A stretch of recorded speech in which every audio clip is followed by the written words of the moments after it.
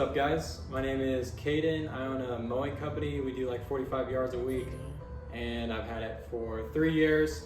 I learned a lot, and today I was going to talk about client retention. How do you retain your mowing clients year over year over year, and why it's important for your business? And we're just going to get really practical. How do we actually do that? Why do we do that? And what I've learned so far.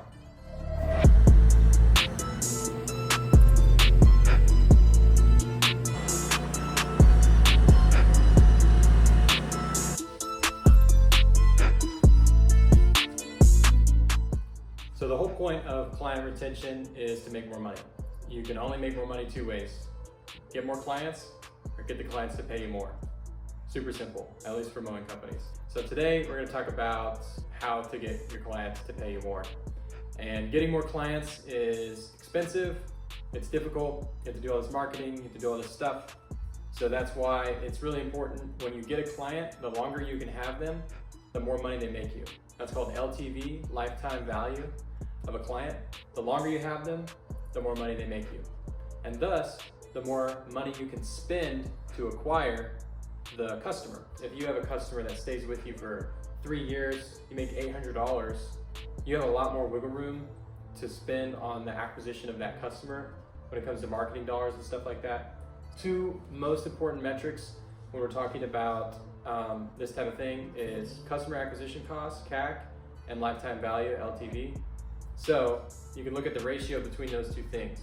The lifetime value is super low, you have way less money and margin to spend on the acquisition of the customer. So that's why we want to increase that lifetime value to the maximum possible. So you can offer more services, or you can get the client to stay longer. So today we're talking about how do we get the client to actually stay with you longer.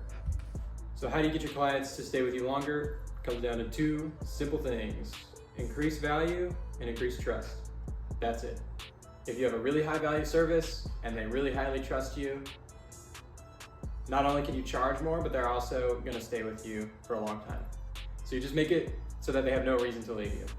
If you have low value, they don't really value your service, and they don't trust you, it's a really good chance they're going to go with one of your competitors very soon or at the year end.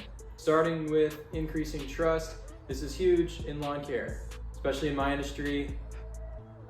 It's not very hard to be a trusted service. So many services out there offer $25 mows, and they are not trustworthy at all.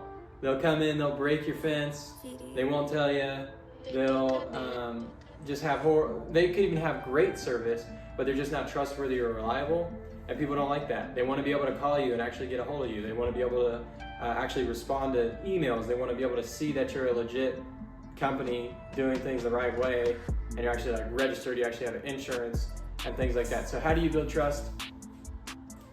Be reliable. Show up when you say you're going to show up. Show up on the day you say you're going to show up. Try to be consistent with your schedule. If you say you're mowing on Tuesdays, try to mow on Tuesdays. Keep it at the same time and the same schedule. Secondly, communicate with them often. Tell them if there's ever any issues with the property.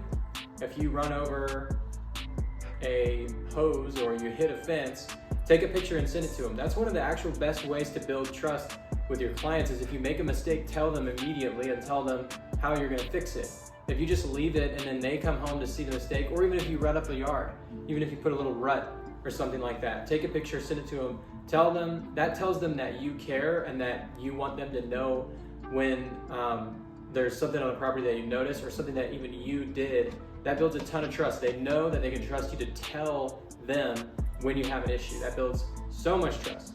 Another thing you could do is if you notice something on the property, take a picture, send it to them. I've noticed before sometimes somebody will leave a spigot open a little bit with their garden hose. If you notice something like that, take a picture, tell them, hey, did you mean to do this? That could be a huge way to build trust. Just communicate with them often about the property, and that'll build a lot of trust.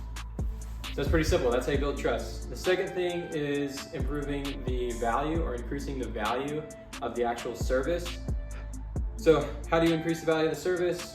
Well, you make their yard look fantastic. Pick up sticks. Actually do all the weed eating and trimming.